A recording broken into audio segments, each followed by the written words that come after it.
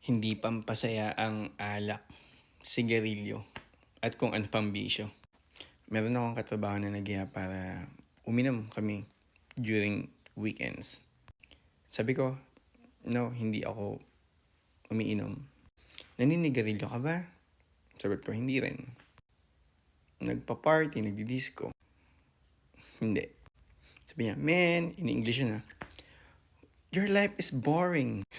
Tapos sabi ko naman, sa isip-isip ko, boring? Tapos sabi niya, anong ginagawa mo sa buhay? Hindi boring buhay ko. Focus ako sa pamilya. Focus ako sa trabaho.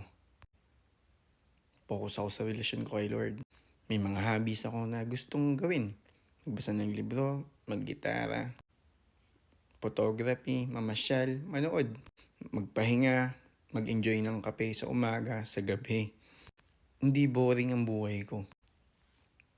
Hindi ko kailangan ng alak at sigarilyo para maging enjoyable.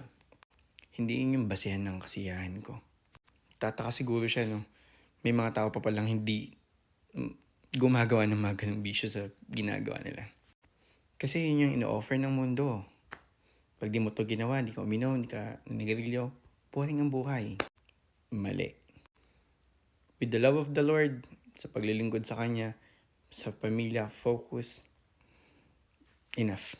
Hindi ko kailangan ng mga ganong bagay para sumaya. Kasi sa totoo lang, masaya na ako eh. At kung anong meron ako ngayon, sapat na yun.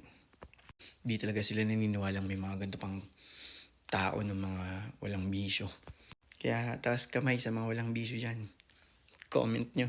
Di natin kailangan ng alak. Di natin kailangan sigarilyo para sumaya. Di natin kailangan magliwaliw tuwing every Friday night, weekends. Masaya na tayo with the Lord.